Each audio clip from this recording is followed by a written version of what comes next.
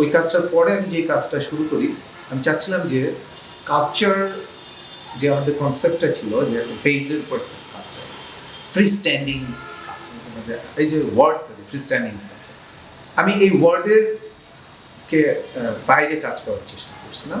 সেটা হচ্ছে আমার কোন কাজই সেই সময়ে ফ্রি স্ট্যান্ডিং ছিল, ওইটা বেসটা স্কাল্পচারের ভিতরে চলে যেত, উইদাউট বেস স্কাল্পচারটা এক্সিস্ট করত।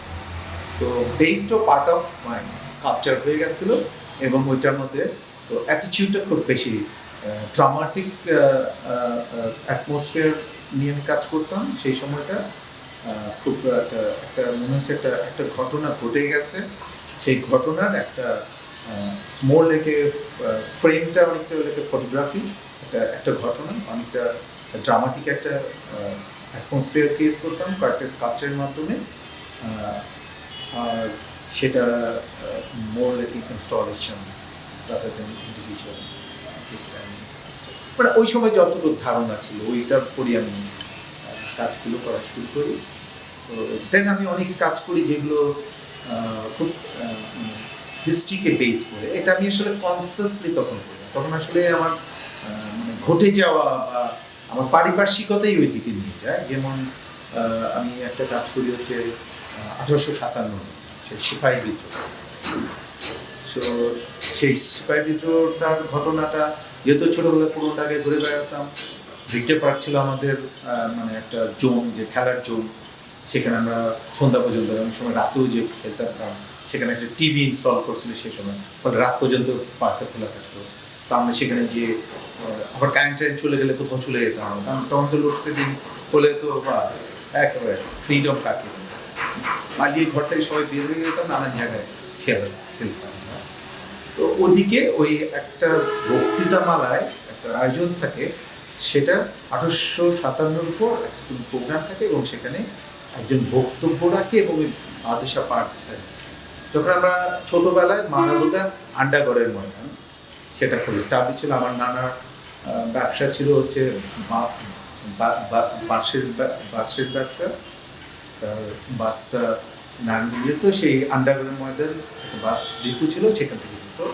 তো ওইটা আমরা ছোটবেলা, তো ওই জায়গায় গল্প শুনতাম মাদের মুখে, অনেক খুব ভৌতিক গল্প, ভয় পেত লোকজন, মানুষ মেরে রেখে দিয়েছিল, মানুষ রেখেছিল। সো ওই যে ঘটনাটা, ওটা আমাকে না ছোটবেলা খুব তাড়িত করত, এবং আমি এই কাজটা করি আরো অনেক পরে, বা আমার সেই 90-এর দিকে যে কাজগুলো, সেগুলো ঘটনা 5 বছর আগের ঘটনা, সেটা আমাকে খুব তাড়িত করতো। যেমন আমার বাবার মৃত্যুর যে ঘটনা, সে তাকে যে অপারেশন থিয়েটারে নিয়ে যায়, সেটা একটা ড্রামাটিক বর্ণনা করে আমার জ্যাঠা, বড় জ্যাঠা। তো ওইটা আমাকে খুব তাড়িত করতো। আপনার এশিয়ান তো সেই বিষয় নিয়ে এশিয়ান, আমার যে 91-এর যে কাজটা, সেটা ছিল ওই আমার বাবার, উনি আর অপারেশন থিয়েটার থেকে ফিরে আসেন। সো ওইটা আমাকে খুব তাড়িত করতো। তো ওইটাকে আমি এন্ড অফ দ্য ডে আমি মানে ওইটাকে একটা কি বলে যে আমার ওই ইমাজিনারি যে অ্যাটমসফিয়ার, যে বাবার যে অপারেশন থিয়েটার, সেটা তো আমি দেখি না, আমি নিজে ইমাজিন করে একটা ড্রামাটিক একটা অ্যাটমসফিয়ার।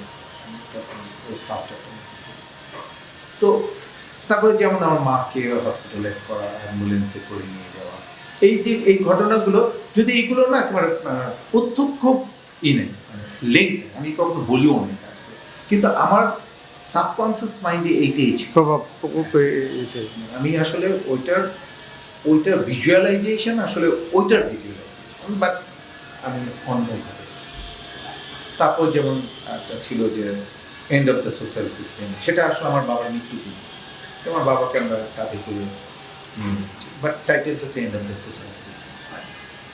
তো এটা খুব শফিউদ্দিন স্যার এটা নিয়ে একটা চমৎকার একটা এক্সপ্রেশন শেয়ার করছিলেন তার ওনার ওয়াইফের সাথে, যেটা খোকন ভাই, আগে তো খোকন ভাইরা স্বামীবাগে থাকতো, তখন আমি খুব যেতাম, যেটা আমার যাওয়া আছে এই যে মিতালি স্কুলের পাশে জাগর উল্টো পাশে। তো তখন আমি খুব যেতাম, মানে ওই যাওয়ার সময় একটা বন্ধু থাকতে হচ্ছে ওই ইয়ের দিকে, ওই টিকাটুলি ফয়েজ ও থাকতো, তো ওর পাশে যাওয়ার সময় ওই যে গেলাম বা ওদিক দিয়ে যাতায়াত হলেই যেতাম। তো তখন খোকন ভাই বলছিল, জানিস তোর ওই কাজটা দেখে মার সাথে এটা শেয়ার করছিল এবং বলছিল যে কাজটা খুব টাচ করছে।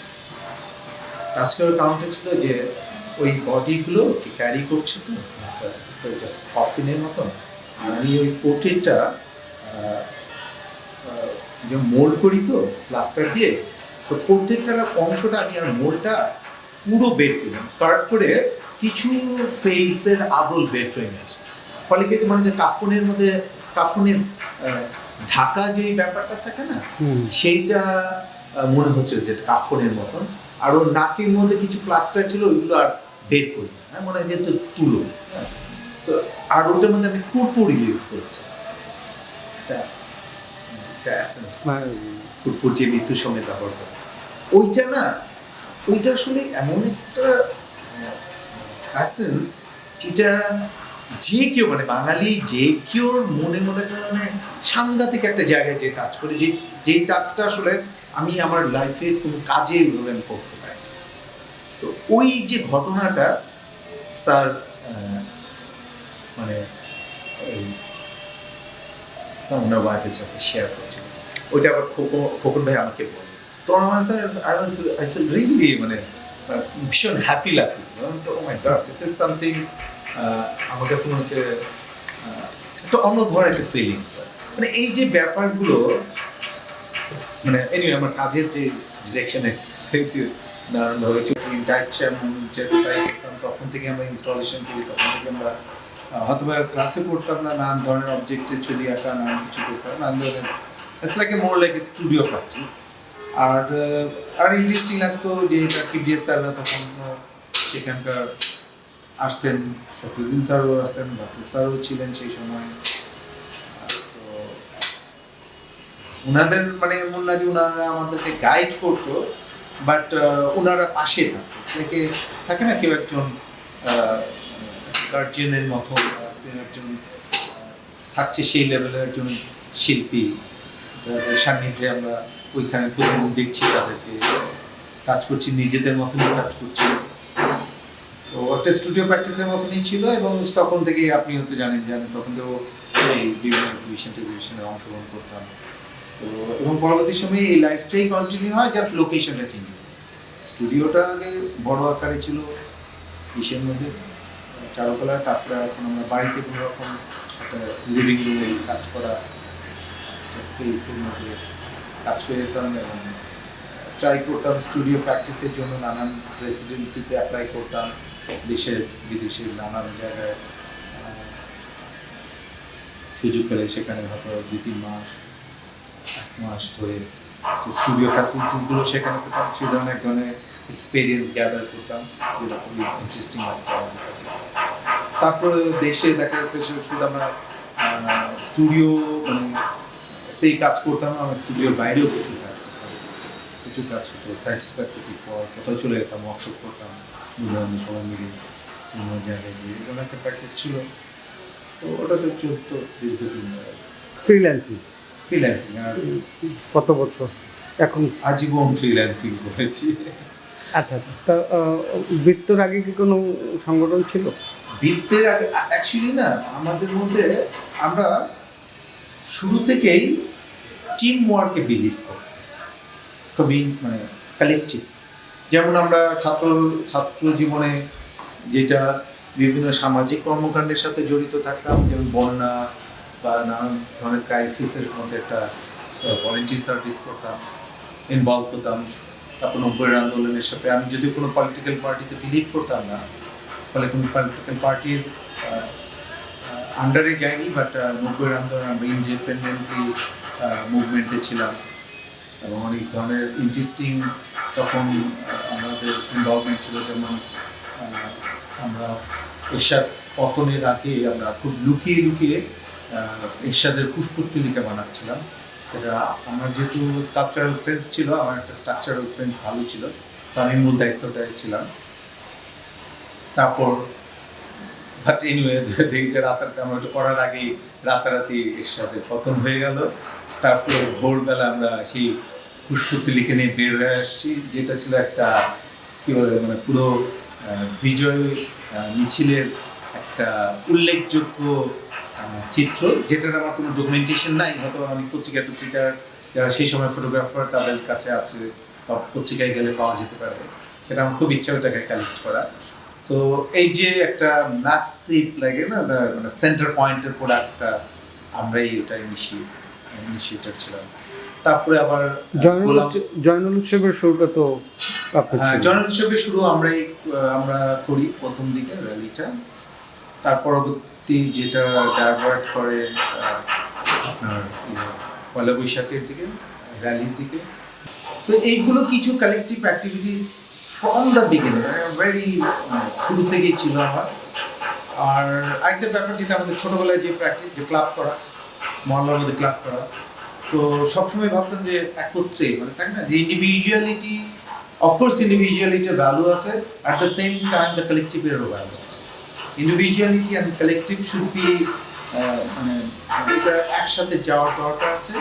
সবাই তো আর হিরো হবে না, কেউ হিরো হবে, বাট ও অবশ্য হিরো সে তার কমিউনিটিকে এটা শেয়ার করবে, এ ধরনের ব্যাপারটা আমাদের মধ্যে ছিল। তো হ্যাঁ, তো ওইগুলোর একটা ইনফ্লুয়েন্স দেওয়ার পরে আমরা ভাবতাম যে হ্যাঁ অফকোর্স আমি আমার সলো শো করতেই পারতাম সেই সময়, অনেক আগে দিয়েই পারতাম, আমার প্রচুর কাজটা ছিল, কিন্তু আমরা চাইতাম যে গ্রুপ এক্সিবিশন। তো গ্রুপ এক্সিবিশনে এক ধরনের একটা স্ট্রেংথ আমি ফিল করতাম গ্রুপ প্র্যাকটিসে, যেটা হচ্ছে যে একটা লোড, যে আমরা ছোটবেলায় মানে থাকতো না, করতাম না যে একটা একের মানে 10-এর লাঠি একের বোঝা, এই যে একতাই বল, এই ধরনের কিছু ওয়ার্ড হয়তো বা আমাদের সাবকনসিয়াস মাইন্ডে ছিল, ফলে আমরা হয়তো গ্রুপ ক্রিয়েট করতাম। দেখি আমি তো থাকতামই দুজনে, তারপর আরো বন্ধুদের নিয়ে আমরা গ্রুপ অ্যাক্টিভিটিস করতাম। যেমন আমরা বেশ কয়েকটা বিন্যাস বলে একটা গ্রুপ করেছিলাম, সেটা আমরা বেশ কয়েকটা মানে ট্রাভেলিং শো করি গ্রুপে, নেপাল মানে সাউথ এশিয়ার মধ্যে নেপাল, বাংলাদেশ, কত সুন্দর ভুটান, এগুলো হচ্ছে 93-94 দিকে না। তারপরে আবার আমরা আবার আরেকটা গ্রুপ করছিলাম সম্ভবত এক্সপোজিশন নাম দিয়ে, বা হ্যাঁ কাইন্ড অফ এক্সপোজিশন, আমার কাছে আজকে পরে আমি নামটা বলি, হ্যাঁ, যেটা আরো পরের দিকে, যেমন আমি ফিরোজ, আমি লিপি, আমরা দুই একটা শো করেছিলাম। তারপর আরেকটা গ্রুপ নেপালে আমরা বেশ কয়েকবার গ্রুপ গেছিলাম। তো ওইগুলো তারপরে আমরা যেমন ডোকরা কাস্টিং, তারপরে স্টোন কার্ভিং, এগুলো যেমন লিপি কোঅর্ডিনেটর ছিল, আমরা আয়োজন করে, তখন আসলে কোনো নামে নাই, এমনি গ্রুপ অ্যাক্টিভিটিস কিছু নাম ক্রিয়েট করে গ্রুপ করে করতাম, কিছু আবার এমনি বন্ধুরা মিলে ওয়ার্কশপ অ্যারেঞ্জ করতাম, যেগুলো খুবই রিমার্কেবল লাগে। জিন্দাল নাম শুনে হচ্ছে, জিন্দাল স্টিল মিলে বা বিজয়নগরে একটা স্টোন ওয়ার্কশপ করেছিলাম, স্টোন কাটিং। তারপর আমরা ডোকরা কাস্টিং করেছিলাম বাঁধনদার বাসায়। তো এইগুলোর নামে বেনামে গ্রুপ অ্যাক্টিভিটিস করি, এবং আরও কিছু আমরা ট্যুর করি। সেই 94-এর দিকে, 96-এর দিকে সুন্দরবন, তারপর সিলেটের খাসিয়াপল্লিতে ওদিকে, তারপর বেশ অনেক জায়গায় যে আমরা লামাতে একবার গ্রুপই যাই সেই 94-এর দিকে। সো প্রচুর গ্রুপ অ্যাক্টিভিটিসই করতাম, রাদার দেন ইন্ডিভিজুয়াল প্র্যাকটিস। তারপর তো সলো এক্সিবিশন 2000 সালে আমি 99-এ প্রথম সলো করি শিল্পকলায়, না স্যার 94 সে আমি ফুকুওকা যাওয়ার আগে একটা ইনস্টলেশন শো করি, যে শোটা আসলে বলা যায় যে এখন খুব মানুষ এটাকে একটা রিমার্কেবল শো হিসাবে ভাবে, এবং বলা যায় যে ইনস্টলেশন প্র্যাকটিস ঘোরার দিকে কাজগুলো এইভাবে চলে আর কি, গ্রুপ শো, গ্রুপ অ্যাক্টিভিটিস। তারপর তো বৃত্ত আমরা প্রতিষ্ঠা করি 2002-এ। আমি মেহেলিপি আরও ট্রাস্টি শিশিতা মাসুম টিপু শ্রাবণ, তো আমরা 6 জন মিলে মানে ফাউন্ডার মেম্বার। বৃত্তর কাজটা কি আছে? বৃত্ত অ্যাকচুয়ালি আমি যতগুলো মানে প্র্যাকটিসের কথা বললাম, আমরা শুধু ম্যানিফেস্টো তৈরি করে করি। যেমন অনেকে বলতো যে তোমাদের ম্যানিফেস্টো, অফকোর্স আমি জানি যে ম্যানিফেস্টো কাকে বলে না, আদার যে আমাদের যেটা আমরা এই বিভিন্ন আর্ট গ্রুপ বা আগে যে ওয়েস্টার্ন যে যদি দেখি যে দাদাইজমের কথা বলি, যেটা ম্যানিফেস্টো, কিন্তু ওইটুকু আমাদের ম্যানিফেস্টো ছিল না। এটা অনেক মোর লাইক এ অর্গানিক ওয়েতে আমরা প্র্যাকটিসটা করছি। আমি বলছিলাম যে অনেকটা ইনোসেন্ট থেকে অ্যাটিটিউড থেকে, আর আমরা তখন তো খুব ইয়াং, তো আমরা আমাদের পুরো লাইফটা এটা একটা লার্নিং প্রসেসের মধ্যে যাচ্ছিল। বাট আমরা খুব লাকি যে আমরা বৃত্তেরও আগে কিছু সুযোগ হয় যে আমাদের অনেক কিছু দেখা, যেমন আমরা সিজেনা কন্টেম্পোরারি আর্ট গ্যালারির সাথে কাজ করি। ওখানে একটা আর্টিস্ট কালেকটিভ ওই গ্যালারিটা চালাতো, তাদের উপর স্টুডিও ছিল, ওটা আমাদের খুব ইন্সপায়ার করেছিল সেই সময়। তারপরে আমরা তারপরে ফুকুওকায় যাই। ফুকুওকায় সেই সময় একটা সাউথ এশিয়ান মানে সেই সময় এশিয়ান আর্ট শো হতো, এবং একটা ওয়ার্কশপ হয়েছিল, যে ওয়ার্কশপে আমি নমিনেশন পাই এবং আমি এখানে যাই। তো সেখানে অনেক আর্টিস্টের সাথে মানে কাজ দেখা এবং তাদের খুব ইন্টিমেটভাবে মেশার সুযোগ হয়, যেটা আসলে আমাকে নানানভাবে মানসিকভাবে একটা এনরিচ করে। তারপরে আমাদের সুযোগ হয় লন্ডনে যাওয়ার, সেই 98-এর দিকে, তখন জগৎকে আরও অন্যভাবে দেখার সুযোগ হয়। তারপর আমরা 2000 সালে আমাদের লাইফে একটা বড় একটা টাইম, মানে বড় একটা হয় লিপিয়ার আমার, যেটা আমরা আইরিশ মিউজিয়াম অফ মডার্ন আর্টে একটা রেসিডেন্সির জন্য সিলেকশন হয়, সেখানে আমরা থাকি। তো তখন আমরা প্রায় 4 মাসের মতন, 4 মাস বা থেকে বেশি সময় থাকি। তো তখন মিউজিয়ামে থাকা এবং ডাবলিনের আর্ট সিনকে দেখা, নানান ধরনের আর্টিস্টান স্পেস, তারপর নানান ধরনের গ্যালারি সম্পর্কে নলেজ হয়, বিভিন্ন অ্যাক্টিভিটিস সম্পর্কে নলেজ হয়। এবং আমরা একটা ট্যুর করি, আর কয়েকটা জায়গায় ইংল্যান্ডে থাকা হয় সেই সময় কিছুদিন। সেখানে আমরা কিছু অল্টারনেটিভ মানে বিয়েনাল বা একটা বড় ধরনের গ্রুপের সাথে পরিচয় হয়, যাদের বন্ধুত্ব এখনও আমাদের সাথে আছে, যারা এখনও খুব ইম্পর্ট্যান্ট রোল প্লে করছে সেই বিশেষ করে সিঙ্গাপুর বা সাউথ ইস্ট এশিয়া, সাউথ এশিয়ার মধ্যে। দেন হ্যাঁ, জার্মানিতে কোলনে থাকা হয় একটা আর্টিস্টান। এখন বলা যায় যে খুব ইম্পর্ট্যান্ট রোল প্লে করছে ইন্দোনেশিয়া বা সিঙ্গাপুর বা জাপান, এরকম অনেক জায়গায়, থাইল্যান্ড। তো আমাদের কানেকশনটা ইন্ডিয়ার সাথে লেস ছিল আমরা যখন স্টুডেন্ট ছিলাম, কারণ আমরা খুব বেশি কমফোর্টেবল ছিলাম না ভারতের। অবশ্যই আমাদের কানেকশন ছিল ওয়েস্ট বেঙ্গল, বাঙালি একই জাতে, কিন্তু ওয়েস্ট বেঙ্গল কেন্দ্রিক ছিল, তো আর আমরা ইনফরমেশন খুব কম পেতাম যেটা মুম্বাই বা দিল্লি থেকে হচ্ছে। তো ফলে আমাদের আসলে নেটওয়ার্কটা একটু বেশি ছিল এই দিকটা। সো আবার আমি ইন্দোনেশিয়া রেসিডেন্সি করি 2002 না 2001। তো এই সময়টা হয়তো কি ওই সময়টা খুব মানে বাবলের মতো, মানে অনেক বেশি কি বলা যায়, অনেক বেশি অ্যাক্টিভিটিস, অনেক বেশি নেটওয়ার্ক, অনেক বেশি নানান ধরনের চিন্তাভাবনা শেয়ার হচ্ছে, নানান ধরনের প্র্যাকটিস করতেছি, নানান কিছু ট্রাই করতেছি, যেটা আসলে বাংলাদেশের আর্ট সিনে খুব বেশি ফেভারেবল ছিল না। ফলে আমরা বাংলাদেশের আর্ট সিনে থেকে একটু দূরে সরে যাই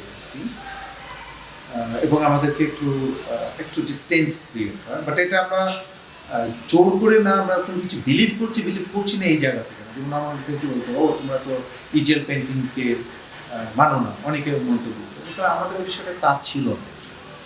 আমরা পেন্টিং বা এটা তো আসলে মিডিয়াটা তো বিগ ডিল না, বিগ ডিল হচ্ছে যে কনসেপচুয়াল জায়গাটায় শিখি, সে আসলে কতটুকু মানে সাইকোলজিক্যাল জায়গা থেকে তারা আসলে কত কনসিয়াসলি কাজ করছে, তারা আসলে ইন্টেনশন দেখে সাবকনসিয়াস মাইন্ডে কী কাজ করতেছে।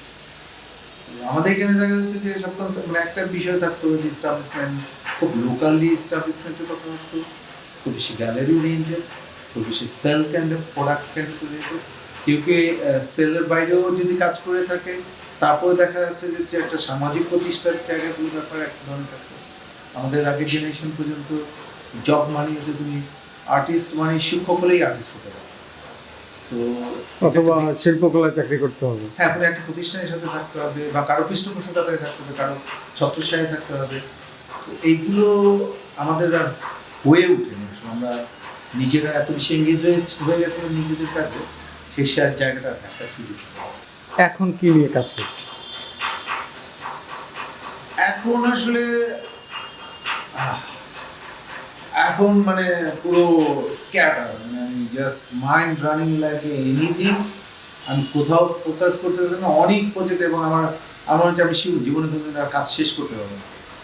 আমি বিভিন্ন প্রজেক্টে ফোকাস করতেছি আর বিভিন্ন প্রজেক্টে হাফ ওয়েতে যেয়ে ঝুলে আছে। হ্যাঁ, দুই একটা একটু আমাদের জানা। আমার এখন অনেকগুলো, যেমন আমি একটা অ্যানিমেশনের প্ল্যান করছি, সব কালেক্ট করে রেখে দিছি, আমি যেটা শেষ করতে পারবো না। এই যে বিশেষ করে এই বছরটা পুরোনো প্রজেক্টগুলোর কথা তো বাদ, মানে ওটা তো জাস্ট গন। আমি এই এক বছরে যে পরিমাণে আমার মানে যেহেতু এক বছর কোথাও আমি কিছু ফোকাস করি, আমি যে পরিমাণে কাইন্ড অফ রিসার্চ করা হয়েছে, সেইটা থেকে অনেক ধরনের বেশ কয়েকটা মুভমেন্ট, হিস্ট্রি বেস কিছু কাজের ঘোরাপত্তন করে হাফ রেটে আছে, কন্টেম্পোরারি ইস্যু নিয়ে কতগুলো কাজ করতে গেলে হাফ রেটে আছে। তার মধ্যে আছে যে এমব্রয়ডারি, মানে মিডিয়ার মধ্যে এমব্রয়ডারি, আমি জুয়েলারদের সাথে কাজ করি, এটা অনগোয়িং চলছে। তারপর আমি কিছু ড্রয়িং করতেছি, সেগুলো অনগোয়িং চলছে। কখন এটা করি কখন এটা করি ভাবে কিছু বৃত্তের উপর আমি একটা শো করার প্ল্যান করছিলাম, সেই প্রজেক্টগুলো চলতেছে। বিভিন্ন জনকে এঙ্গেজ করে কাজ করতেছে। কিছু মহিলা এমব্রয়ডারি করতেছে, কিছু কাজে আমি ড্রয়িং করে দিচ্ছি সেগুলো, আর জুয়েলার কাজ করতেছে। আর দেন আর কি লাস্ট যে এঙ্গেজমেন্টটা এখন ডেসপারেটলি আমরা ফোকাস করতেছি, সেটা আসলে আমরা বৃত্ত এবার ডকুমেন্টে একটা ভাইটাল রোল 2022-তে বৃত্ত ডকুমেন্টার বৃত্তকে রিপ্রেজেন্ট করবো। তো বৃত্তর যে জার্নি, যে মেথোডোলজি নিয়ে বৃত্ত কাজ করে আসতেছে, সেই জায়গা থেকে আমরা ওভার দি ইয়ার নানা ধরনের ওয়ার্কশপ চলবে, নানা ধরনের বিজি ডকুমেন্টেশন, প্রিভিয়াস ডকুমেন্টেশন, এইগুলো নিয়ে আমরা একটা ট্রান্সলেট করবো ডকুমেন্টটা। ইটস ম্যাসিভ প্রজেক্ট, আর এটা নিয়ে আমরা এখন পুরোপুরি এনগেজ। আর আমার আসলে জাস্ট আলাপের মধ্যে আছে, দুটো শো করার কথা অবশ্য দেশের বাইরে। তো সেইগুলো আসলে এর মধ্য দিয়ে আসলে একটা সুযোগ।